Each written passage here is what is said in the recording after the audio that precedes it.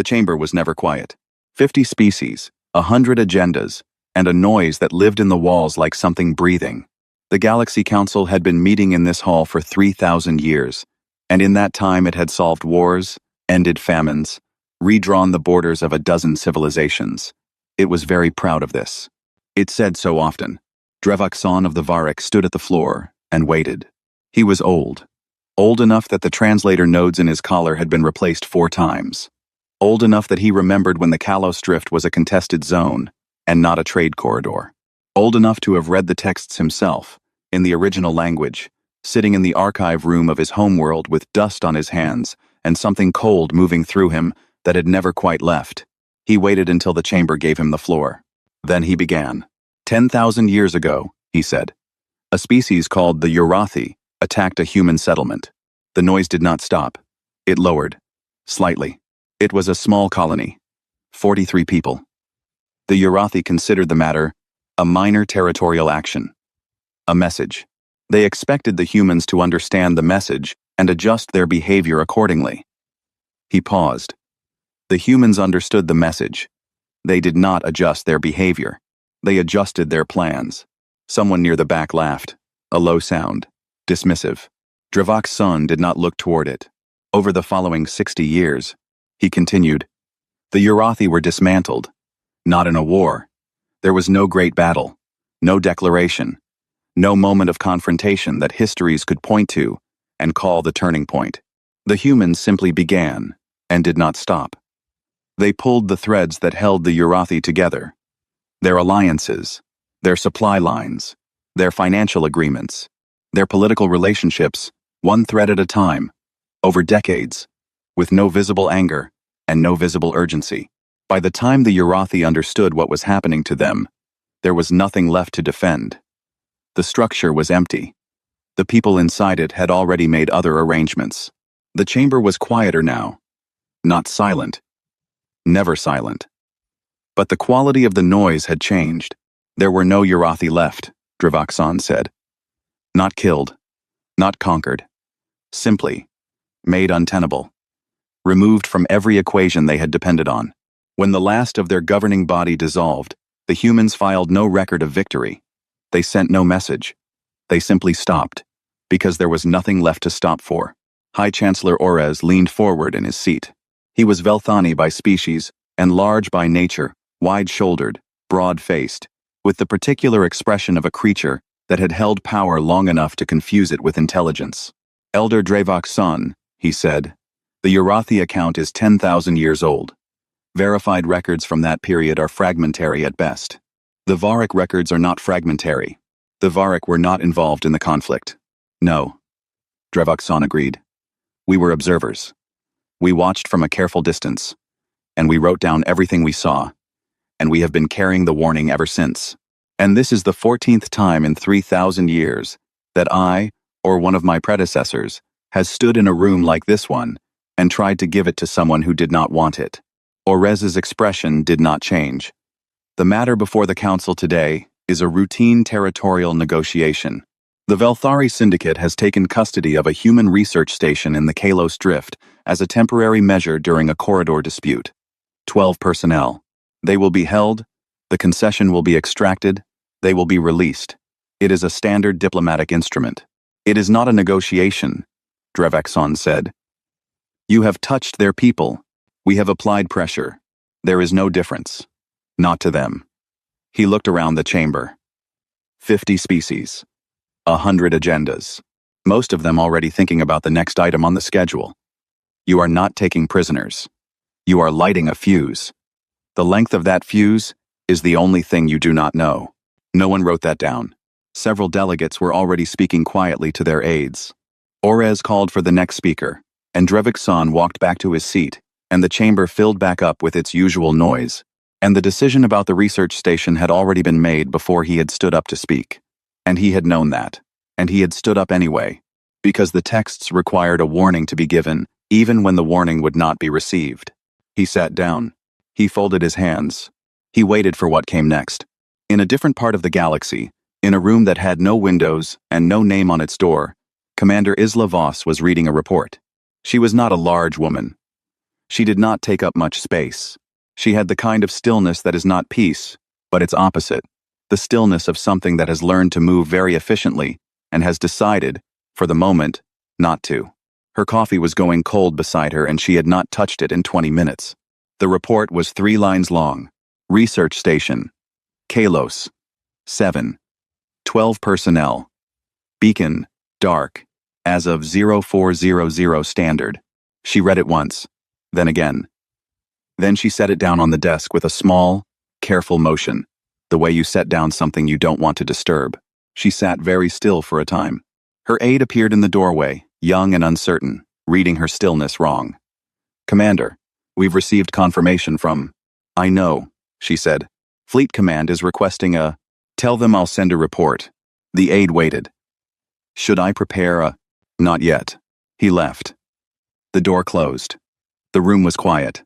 Voss looked at the 3 lines again. She did not look angry. She did not look frightened. She looked the way a person looks when they have just been given information that changes what the next several years of their life will contain, and they are taking a moment to understand the shape of it before they begin. She picked up her coffee. It was cold. She drank it anyway. Then she pulled a blank document onto her screen and began, in small, precise letters, to write a list. It was not a long list yet. It had 12 names on it, all of them from the station. She would add to it later. But for now, 12 names, written in a neat column, each one a person who had gone to work that morning on a research station in the Kalos Drift and had not come home. She did not write anything else on the document. She saved it. She closed her screen. She went to find Admiral Callahan. 3 months passed. The Council waited for the humans to do what species do when their people are taken. It was a known sequence. There would be an ultimatum. Then, a fleet at a border. Then speeches, angry ones, made for audiences at home, full of language about sovereignty and justice, and the unacceptable nature of what had been done. Then negotiations, painful and slow, ending in a face-saving arrangement for both sides. The hostages would come home.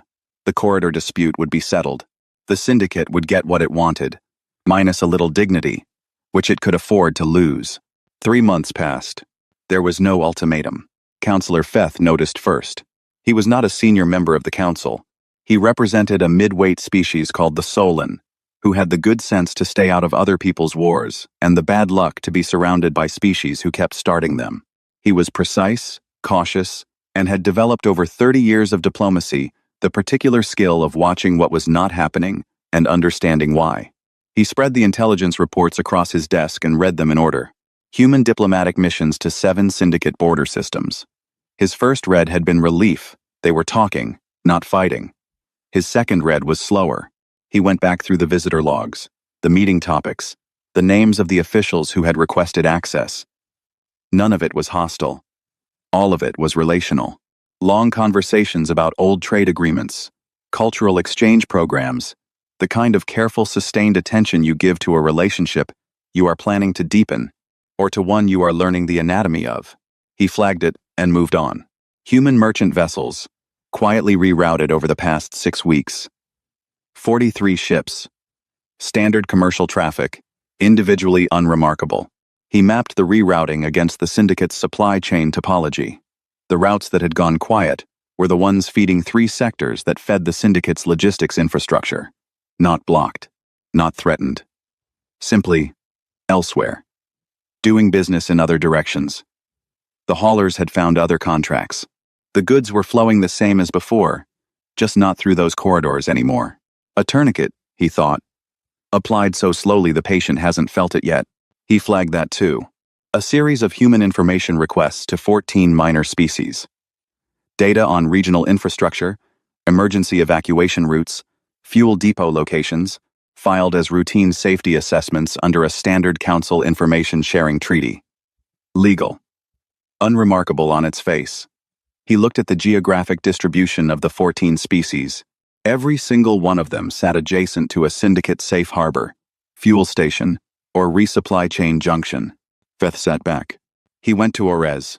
Orez listened with the patient expression of a person who has already decided what the answer is and is waiting for the question to finish.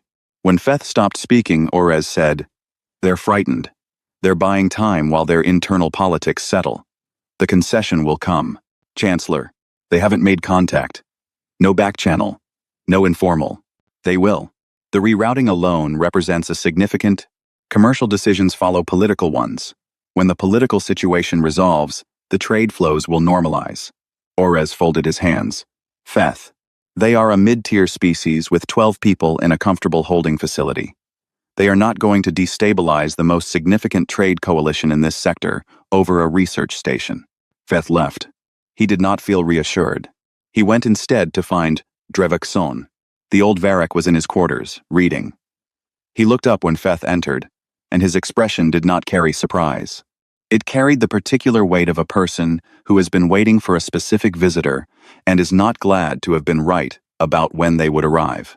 Feth sat down without being invited. He laid out what he had found. Drevakson listened without interrupting. When Feth finished, the old man was quiet for a moment. He looked at the wall. Then he said, "You are watching the right things. That is the first good sign. Is it enough? No." He turned back to Feth. "What you are describing is the first movement, the assessment phase. They are not building a response. They already know what the response is.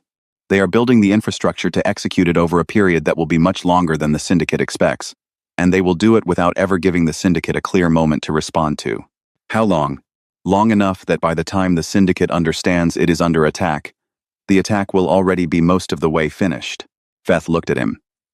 "You've seen this before. I've read about it. There is a difference." He paused. The Urathi thought they understood what they had provoked. They thought it would look like a war. It did not look like a war. It looked like nothing, for a very long time. And then it looked like everything collapsing at once, and by then there was nothing to stop. "We have to do something." "Yes." "What?" Drevakson was quiet for a moment. "You could try talking to them."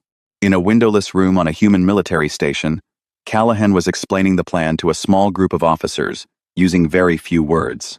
He was old. He had the unhurried quality of a man who had made irreversible decisions before and understood that urgency is a feeling, not a strategy.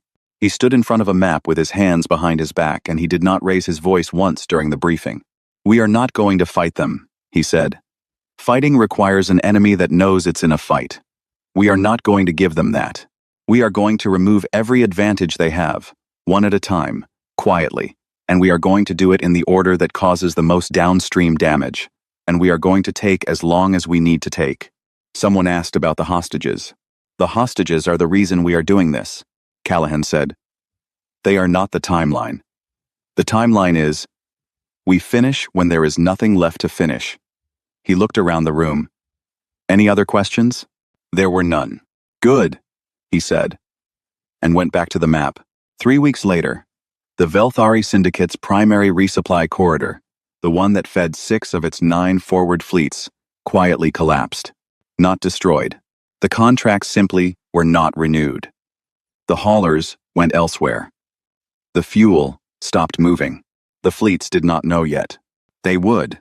Voss was not dramatic about it.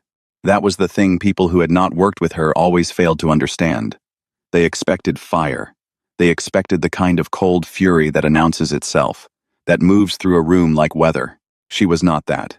She sat at her desk and she worked, and the work looked like paperwork from the outside, and from the inside it was the slow and patient taking apart of a machine, one bolt at a time.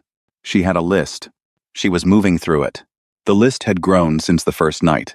It no longer had only 12 names on it. It had maps now, organizational charts, a web of names and relationships laid out across 6 screens, the syndicate's internal structure, every pressure point, every dependency, every relationship that could be redirected, or removed, or quietly made unavailable. She did not look at it like a soldier. She looked at it like a woman solving a very long and complicated problem, and she would not stop until the problem was solved, and there was no version of events in which she stopped before that. The shape of it was becoming visible to those who knew how to look. The syndicate had 3 species who operated as client partners, smaller civilizations who provided labor, raw materials, and regional political cover in exchange for protection and preferred trade status. They were not conquered species. They had chosen the arrangement. For most of them, it had been a good arrangement, For a long time. Over 6 weeks, all 3 of them received visitors. Not human military officials. Not diplomats with ultimatums. The visitors were trade representatives, development consultants, the kind of quiet professionals who carry proposals in their bags instead of weapons. The offers they brought were better than what the syndicate was providing. Significantly better. They did not ask the client species to leave the syndicate. They simply placed a better option beside the existing one, clearly lit, and left it there. One species signed within a week. The second took 3 weeks, and a follow-up meeting.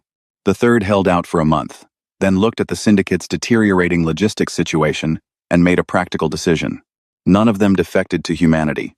They simply stopped being part of the syndicate's eastern flank. They went elsewhere. They made better arrangements. It was commerce. It was rational. It was, from the outside, almost impossible to point to as an act of aggression. The syndicate's eastern flank was now open, not because it had been attacked, because its supports had quietly stood up and walked away. Callahan sent Voss a message. It was 4 words. Let them wonder longer. She sent back 2. Already M. He had been her commanding officer for 11 years, and their entire relationship lived in the gap between what was said and what was meant. He meant, the silence is the weapon, keep using it. She meant, I know, I never stopped. The syndicate's leadership was struggling with the silence in ways it had not anticipated. They had expected an ultimatum by now. They had prepared responses to ultimatums. They had a legal team ready to negotiate, and a communications team ready to frame the resolution as a syndicate victory. They had planned for anger. They had not planned for nothing. The nothing was worse. When an enemy shouts at you, you know where they are. When an enemy goes quiet, you start checking every shadow. Syndicate intelligence began filing reports about human activity they couldn't classify. The diplomatic visits to border species. What was the purpose? The rerouted trade vessels, was it economic pressure or coincidence? The information requests filed 6 months ago. Why did they want data on fuel depots they had no apparent interest in? Each piece looked small alone. No one in the syndicate had yet put them all on the same table. The council's cracks were becoming harder to ignore.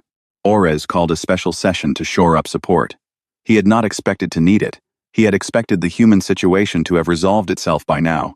It had not resolved itself.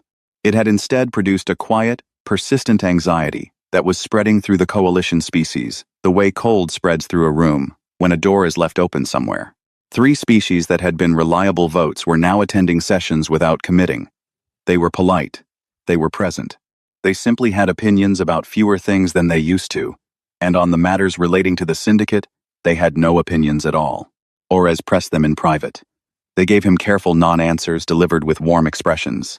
He came away from each meeting with the feeling that he was looking at a situation he did not yet have the right vocabulary to describe. Feth watched all of this, and said nothing in the session. He had sent a message to the human diplomatic channel 3 weeks prior. The response had come back that morning. Courteous. Formal. Not unfriendly. One sentence at the end that he had read 6 times. We are not negotiating at this time. He read it a 7th time. Not, we are unable. Not, we require preconditions. Not the usual language of negotiation, which always contains in it the seed of eventual resolution. We are not negotiating at this time. As if negotiation were something that might happen later, in a different context, after something else had happened first. As if the question of the hostages was not the center of the situation but a part of it, a symptom of something larger that had to be addressed first. He put the message down. He thought about what Dravoxon had said. They are not building a response. They already know what the response is. In the syndicate's holding facility, the 12 humans from the research station were alive and well treated, and waiting. They did not know what was happening outside. They knew their people would come for them. They did not know what form it would take. Neither did anyone else. And then the syndicate made its mistake. It was not a military decision. It was a communications one. A committee of 4 senior syndicate officials, watching their internal situation deteriorate and their leverage appear to be producing no results, decided that the silence from humanity must mean the hostages were not valuable enough. The solution they reached: make them more visible. They broadcast the names publicly, all 12, with station credentials and personal details. They framed it as a humanitarian transparency measure. The hostages were alive, well treated, and their situation would be resolved as soon as the corridor dispute was addressed. They addressed the broadcast to the council, to the human government, and to the broader galactic community. They thought it was leverage. They thought making the hostages more real, more named, more visible, would create political pressure on the human government to move. They were right that it created pressure. They did not understand the direction it moved in. Voss watched the broadcast in her quarters. She watched it once, all the way through. Then she sat for a moment with her hands flat on the desk. She pulled up her list. She added 4 names. Not the station commander who had carried out the original seizure. Not the soldiers who had done it. The 4 officials who had sat in a room and decided that broadcasting 12 people's names to the galaxy was a useful tool. She added them cleanly, at the bottom, beneath a single line of space that separated them from the rest. She saved the document. She went back to work. It did not happen all at once. That was the part that was hardest to explain afterward. When people tried to describe what had occurred, they kept looking for the decisive moment, the battle, the breaking point, the single event that had caused the collapse. They looked for it because that was how these things were supposed to work. There was supposed to be a before and an after, separated by something visible. There was no visible thing. There was only the accumulation. The syndicate's 3 largest financial backers withdrew within the same 2-week period. They were not human-aligned species. They were not particularly sympathetic to humanity or hostile to the syndicate. They were species that had been watching the situation for 8 months, running their own calculations, and had reached the same conclusion independently. The syndicate was no longer a safe investment. Not because it had been defeated, because the environment around it had changed in ways that made its survival unlikely. The client species had left. The logistics corridor had collapsed. The eastern flank was exposed. The council coalition was fragmenting. Each of these things alone was manageable. Together, they formed a picture that any competent financial analyst could read. They withdrew quietly. They sent formal notices through standard channels. They expressed no hostility. They wished the syndicate well. The syndicate's credit rating, in galactic terms, collapsed in 4 days. The fleets noticed the fuel problem at about the same time. 6 of the 9 forward fleets had been operating on reserves for 11 weeks, waiting for a resupply that was never coming because the contracts had not been renewed, because the haulers had gone elsewhere 9 months ago. The fleet commanders had been filing reports up the chain. The reports had been received. Nobody higher up had known what to do with them, because nobody higher up had yet connected the fuel situation to the larger pattern. Now, with the financial news coming in alongside the logistics reports, someone finally put everything on the same table. Syndicate Admiral Mevrit looked at the table for a long time. Then she sent a private message to her counterpart in the Second Fleet, which contained no tactical analysis and only 1 sentence. "We have been in this fight for 8 months, without knowing we were in it." Orez called the council session with 3 days' notice. He needed the votes. He was going to get them, or he was going to force the matter to the floor and make everyone's position public and permanent. He had spent 20 years building coalitions, and he understood that ambiguity was a luxury species allowed themselves when the stakes were low. When the stakes were high enough, he could make abstaining too expensive. He had done it before. He was in the middle of the second private meeting of the day, working through the arguments he had prepared, when his aides sent him an urgent flag. He excused himself and read it in the corridor. 2 species had publicly announced they would not attend the session. Not absent. Publicly not attending. The distinction mattered enormously. Absence could be explained. Public non-attendance was a statement. They were telling the rest of the council something, without having to say it directly, in a language every species in that chamber understood. He stood in the corridor for a moment. Then he went back into the meeting and finished it, because there was nothing else to do, and because he was not yet willing to admit to himself what the flag meant. He did not get the votes. When the session came, he had enough to avoid a formal rebuke, but not enough to produce a resolution of support. The coalition he had spent 2 years assembling, the one that had made the Kalos Drift seizure possible, the one that had laughed at Drevixon, was gone. Not dramatically, not in a revolt. It had simply, gradually, stopped existing. The species inside it had made other calculations. He sat at his station after the session ended, and the chamber emptied, and the lights shifted to their overnight configuration, and he looked at the room, and for the first time in a long time, he was not sure what came next. Feth was the one who reached the human channel again. He sent a longer message this time. He outlined what he was seeing. He expressed, as clearly as diplomatic language would allow, that there were members of the council who understood the situation, had moved beyond the original incident, and who wanted to be part of finding a resolution that reduced further damage. The response came back in 6 hours. It was polite. It was precise. It acknowledged his message.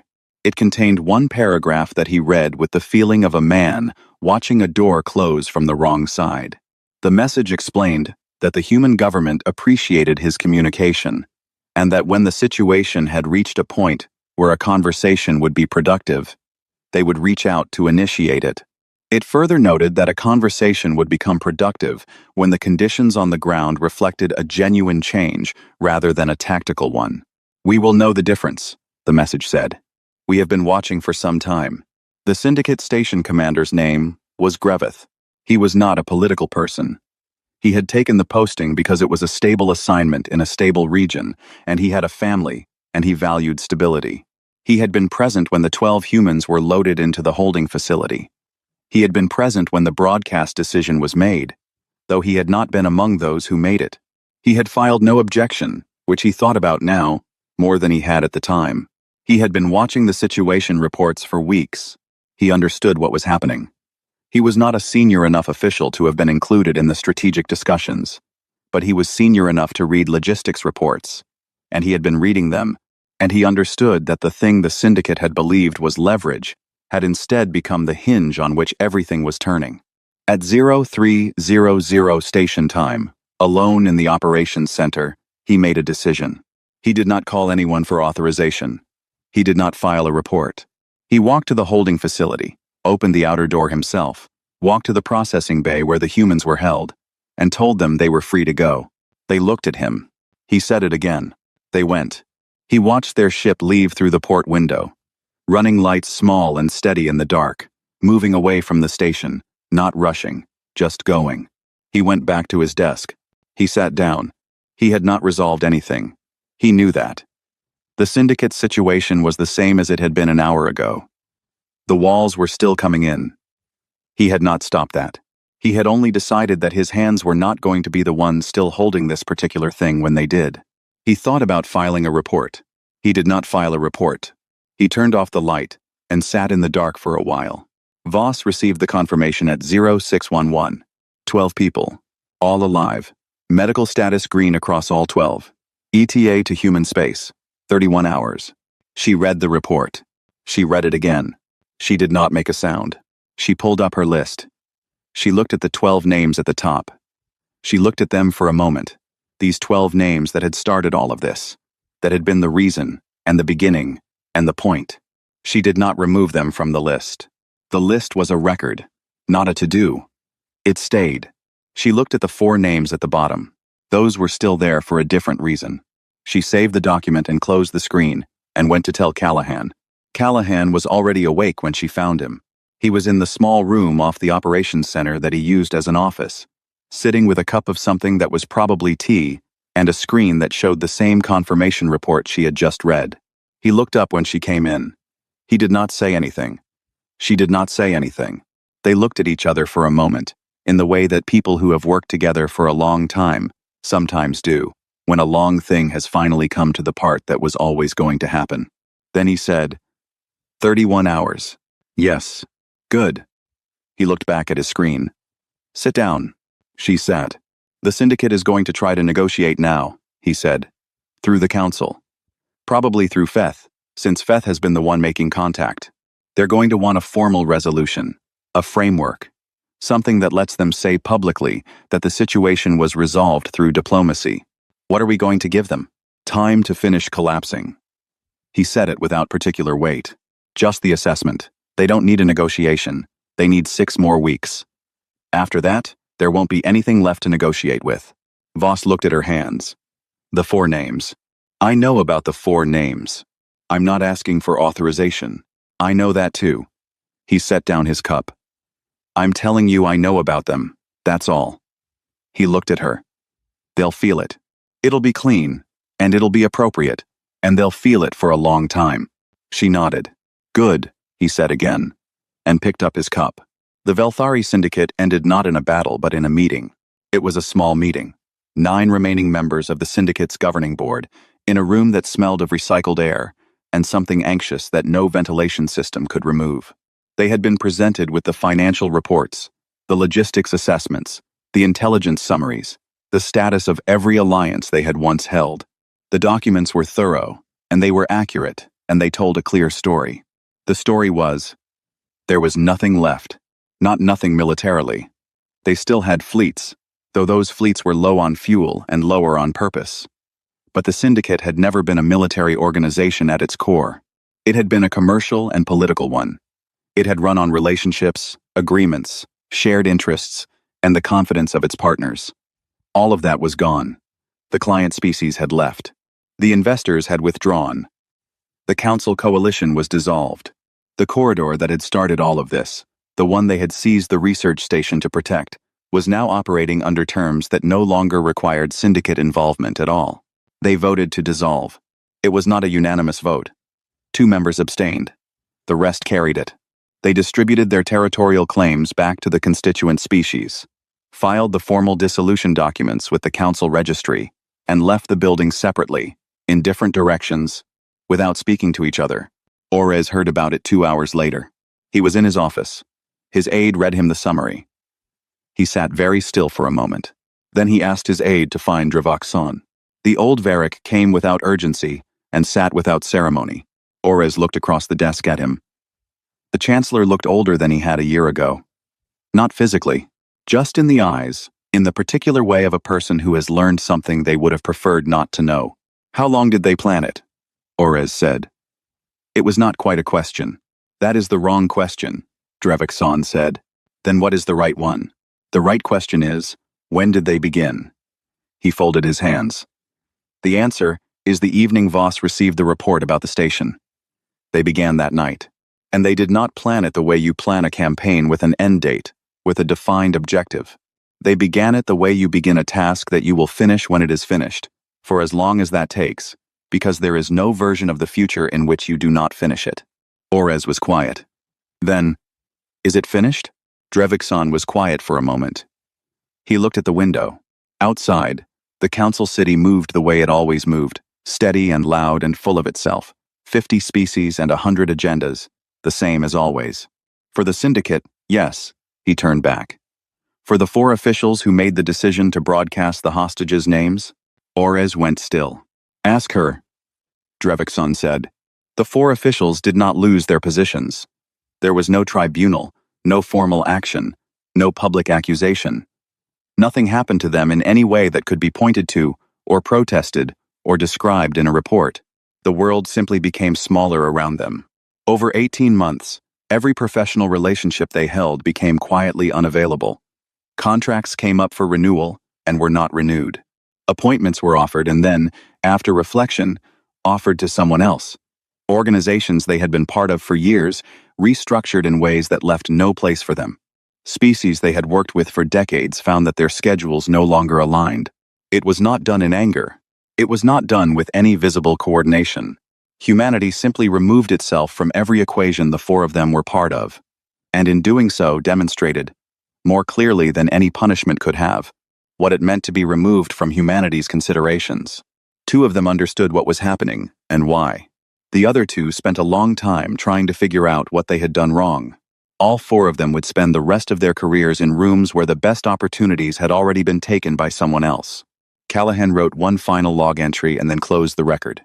He wrote that 12 people had come home. He wrote that this had been the mission. He wrote that everything else had been arithmetic. He filed it and went to have a real cup of tea. Dravaxon went home, not to his quarters in the council city. Home, the home world, the archive room with dust on the shelves and the old texts that had been kept for 10,000 years, because the Varric believed that if you had witnessed something important, it was your responsibility to write it down so that future generations could read it and learn. He sat at the old table. He opened the record and found the Urathi account, which he had read so many times over so many decades that he knew it the way you know the inside of your own hand. He wrote a new account beneath it. He did not editorialize. He recorded facts.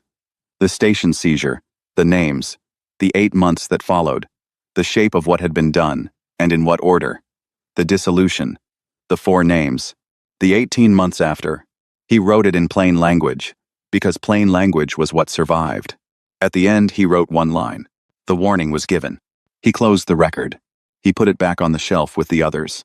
He sat for a while in the quiet, with dust on his hands, and the particular feeling of a person who has carried something for a very long time, and has finally set it down, not because it was resolved, but because his part in it was over. Weeks later, in the council chamber, a new species was presenting its application for membership. The chamber was full. 50 species and 100 agendas, the usual noise in the walls, the usual sense that the room had been doing this for 3,000 years, and would be doing it for 3,000 more. A junior diplomat from a small border species leaned toward her senior and spoke quietly beneath the noise. What about the humans? Do they attend these sessions?